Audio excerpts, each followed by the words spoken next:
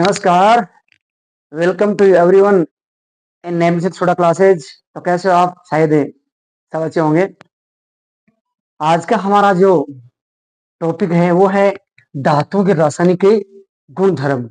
अपना जो लेसन है उसका नाम है धातु एवं अधातु। लेसन नंबर 3 है, subject science, class 10th, metal and non metal. तो आप ये आज का टॉपिक है वो अच्छे से बहुत ही ध्यान से आपको देखना है और मेरे वीडियो को आपको लगातार देखना है, क्योंकि लगातार देख के तभी टॉपिक समझ में आएगा। ये नहीं कि वीडियो एक बार से देखा है 1 मिनट उसके बाद में बंद कर दिया, ऑफ कर दिया, तो ऐसे तो समझ में नहीं आने वाला टॉपिक। आप इसको अच्छे से समझना और आप ये भी परख करना कि सर वो कैसा पढ़ाते हैं। और हाँ, एक बात का और ध्यान रखना, वो आपको पता ही है कि यदि आप मेरे चैनल पर नए हैं तो चैनल को सब्सक्राइब करें, वीडियो पसंद है तो वीडियो को लाइक जरूर करें। तो चलो हम अपना टॉपिक शुरू कर दें। टॉपिक क्या है? धातुओं के रासायनिक गुण धर्म। वेरी इंपॉर्टेंट है। तो इससे पहले हम धातुओं की परिभाषा है वो पढ़ ली थी, परिभाषा पढ़ ली थी, और धातुओं के जो सामान्य जो गुण धर्म है वो भी हमने पढ़ ली थी। और इससे पहले मैंने इस वीडियो से पहले मैंने कुछ प्रश्न डाले थे, 5-7, वो शायद आपने देख लिया, नहीं देखा तो आप देख लेना। धातुओं के रासायनिक गुण धर्म बहुत ही इंपॉर्टेंट टॉपिक है ना। एक तरीके का प्रश्न, ये बहुत अच्छा प्रश्न है, ठीक है ना। धातुओं का वायु में दहन करने से क्या होता है? क्या होता है? एक तरीके प्रश्न कि धातुओं का वायु में दहन करने से क्या होता है। यहाँ पर वायु है ऑक्सीजन। इन धातुओं की अभिक्रिया जब ऑक्सीजन से होती है तो क्या होता है? ऑक्सीजन से। वायु का मतलब यहाँ पर उस धातुओं का वायु में दहन करने से क्या होता है। तो ये प्रश्न बन गया। तो इसका उदाहरण क्या लेंगे? कॉपर का लिखो, तो पहले इसमें लिखेंगे हम, ठीक है। तो ये अपना एक तरीके क्या बन गया? एक क्वेश्चन बन गया कि तो अब लिखना है कि जब कॉपर को वायु यानी ऑक्सीजन ठीक है, वायु की उपस्थिति में गर्म किया जाता है तो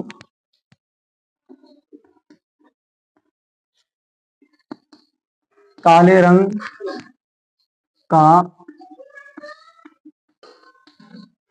कॉपर ऑक्साइड प्राप्त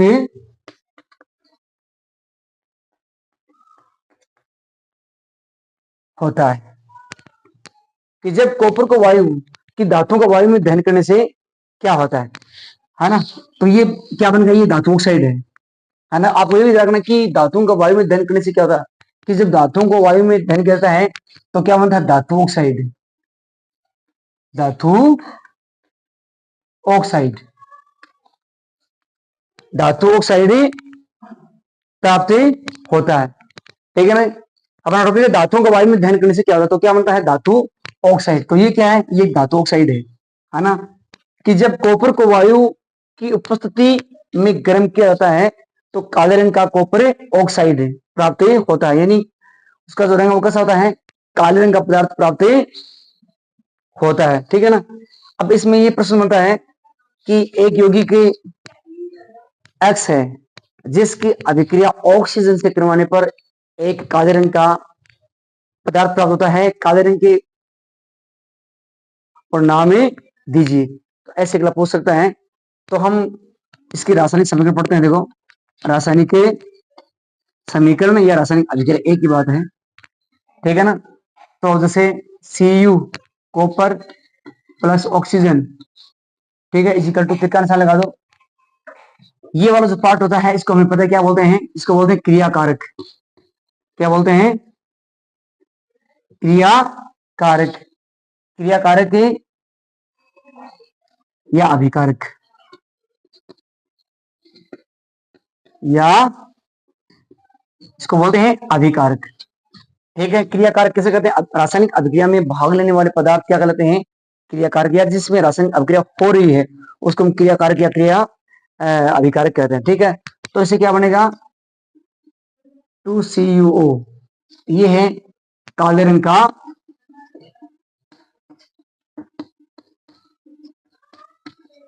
कॉपर ऑक्साइड।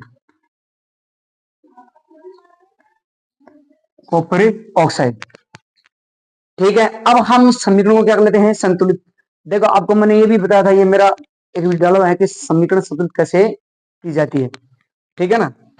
तो अब ये वाला जो पार्ट है भाग है, इसको बोलेंगे हम क्रियाफल। क्या बोलते हैं? क्रियाफल या उत्पाद बोलते हैं इसको, या उत्पाद। ठीक है,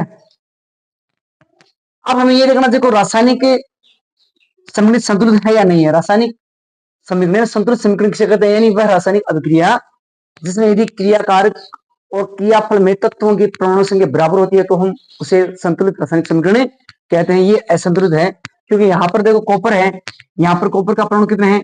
यहाँ पर कॉपर यानी Cu बराबर एक ही है, इधर कितने? एक। और ऑक्सीजन कितने? यहाँ पर ऑक्सीजन के परमाणु कितने?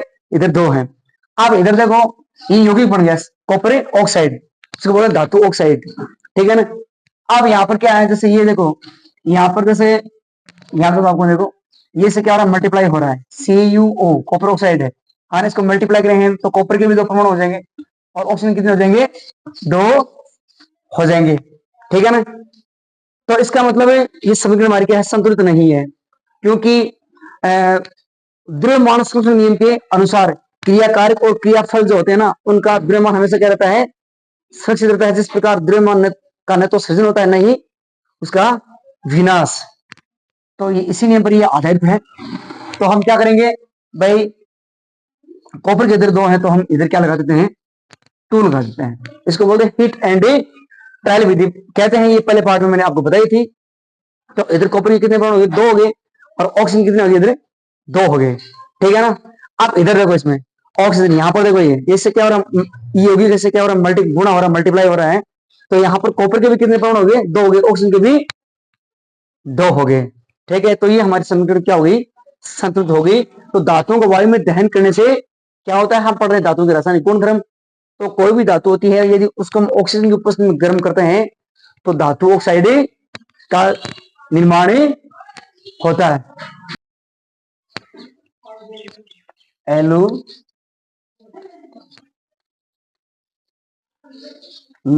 की वायु यानी ऑक्सीजन, एल्यूमिनियम की वायु के साथ अभिक्रिया, ठीक है। एल्यूमिनियम, तो इसमें क्या देखो, जब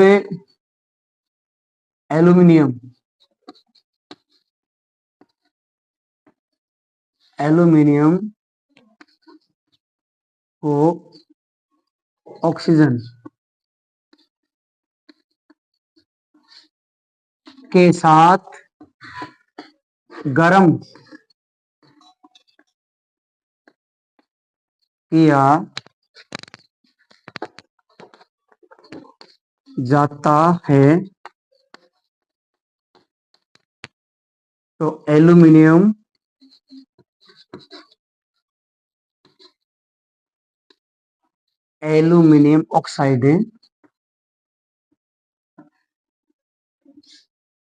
ऑक्साइड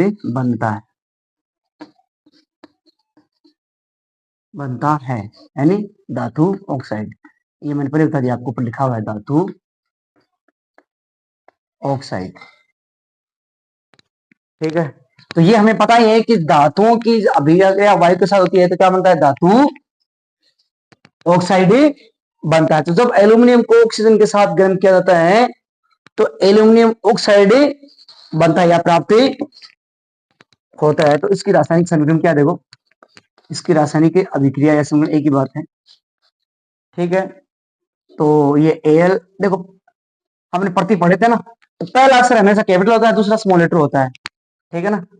तो Al प्लस O2, उसके बाद बीच में तीर का निशान है, तो यहाँ पर क्या बनेगा Al2O3, तो ये बन गया धातु ऑक्साइड, इसको बोलते हैं एल्यूमिनियम ऑक्साइड, एल्यूमिनियम ऑक्साइड।